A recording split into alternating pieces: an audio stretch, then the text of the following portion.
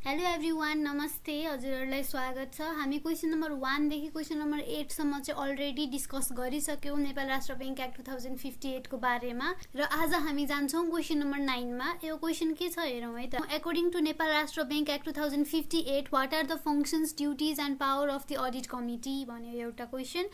अनि अर्को के छ, what are the power of Nepal राष्ट्र bank for foreign currency management भन्यो। के भन्यो, नेपाल राष्ट्र बैंक एक्ट 2058 का अनुसार अडिट कमिटी भनेको के हो? लेखा परीक्षण समिति।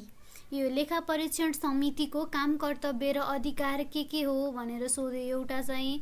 अनि अर्को क्वेसन के सोध्यो, what are the power of Nepal राष्ट्र bank for foreign currency management भन्यो। विदेशी विनिमय व्यवस्थापन गर्न नेपाल राष्ट्र बैंकलाई कस्तो के अधिकार छ भनेर सोध्यो है त। ल अब क्वेसनतिर जाउँ, एन्सरतिर जाउँ। Functions, duties and power of the audit committee, लेखा परीक्षण समितिको काम, कर्तव्य र अधिकार।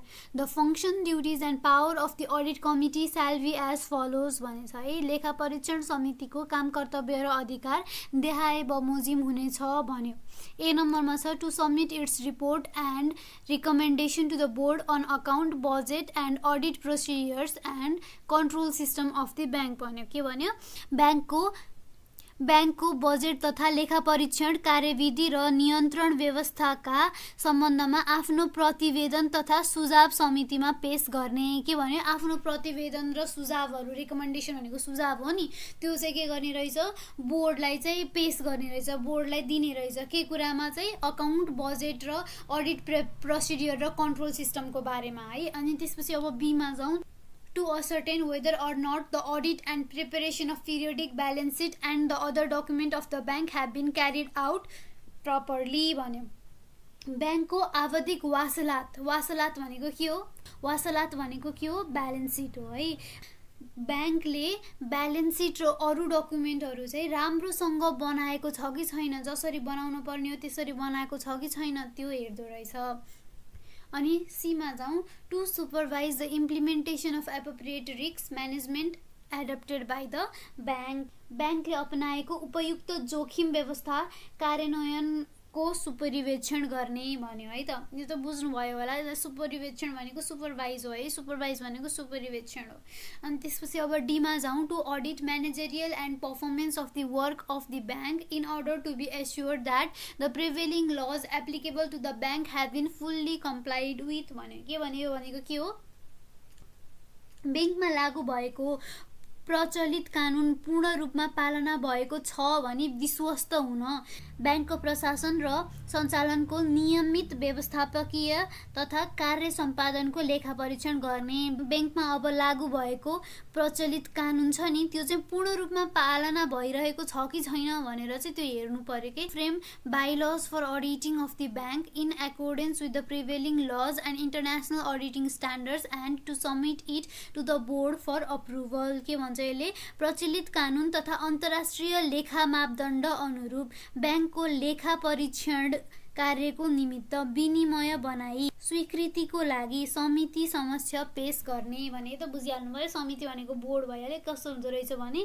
प्रचलित कानुन तथा अन्तर्राष्ट्रिय लेखा परीक्षणको मापदण्ड हुन्छ, लेखाको मापदण्ड हुन्छ, त्यो अनुरूप चाहिँ ब्याङ्कको लेखा परीक्षण कार्यको निमित्त विनिमय बनाई स्वीकृतिको लागि चाहिँ के गर्ने रहेछ, बोर्डको अगाडि चाहिँ के गर्नुपर्ने रहेछ, पेश गर्नुपर्ने रहेछ।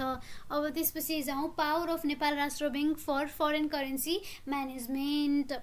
के भन्यो, विदेशी विनिमयको व्यवस्था के रहेछ ब्याङ्कमा, पावर के रहेछ, राइट के रहेछ हेरौँ है त। The bank shall have the following power for currency management भन्यो। विदेशी विनिमयको व्यवस्थापन चाहिँ ब्याङ्कले गर्नेछ भन्छ होइन। अनि त्यसपछि यस्तो व्यवस्थापन गर्न ब्याङ्कलाई देखाए बमोजिमको अधिकार हुनेछ भनेर भनेको छ।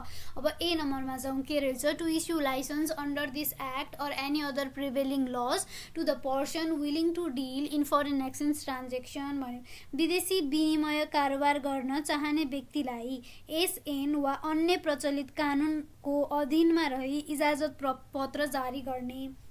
फरेन एक्सचेन्ज ट्रान्जेक्सन्स गर्न इन्ट्रेस्ट भएको मान्छेलाई चाहिँ उसलाई प्रचलित कानुनका अनुसार अथवा यही एक्टको अनुसार के गर्ने, लाइसेन्स दिने चाहिँ एउटा रहेछ पावर अफ नेपाल राष्ट्र bank for foreign currency management है। अब बी नम्बरमा जाउँ।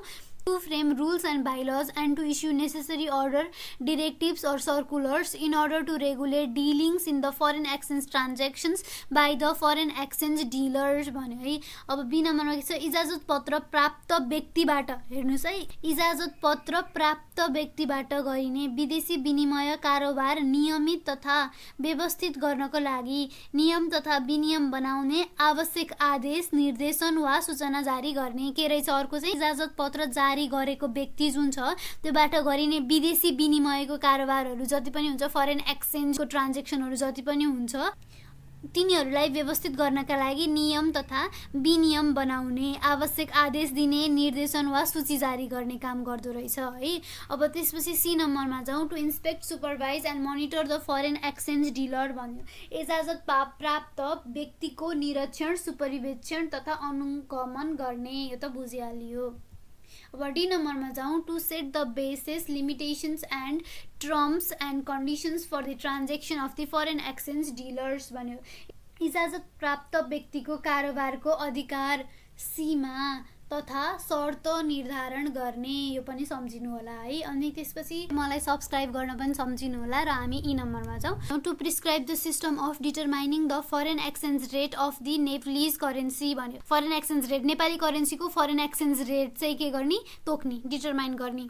ओके ल, आजको लागि यति नै। भोलि हामी क्वेसन नम्बर 10 मा जान्छौँ र भोलिको क्वेसन रहेको छ according to Nepal Rastra Bank Act 2058 what is the relation of Nepal Rastra Bank with Government of Nepal. यो चाहिँ एउटा इम्पोर्टेन्ट क्वेसन हो। भोलिको क्लास नछुटाउनु होला र मलाई सब्सक्राइब गरिदिनु होला। Thank you.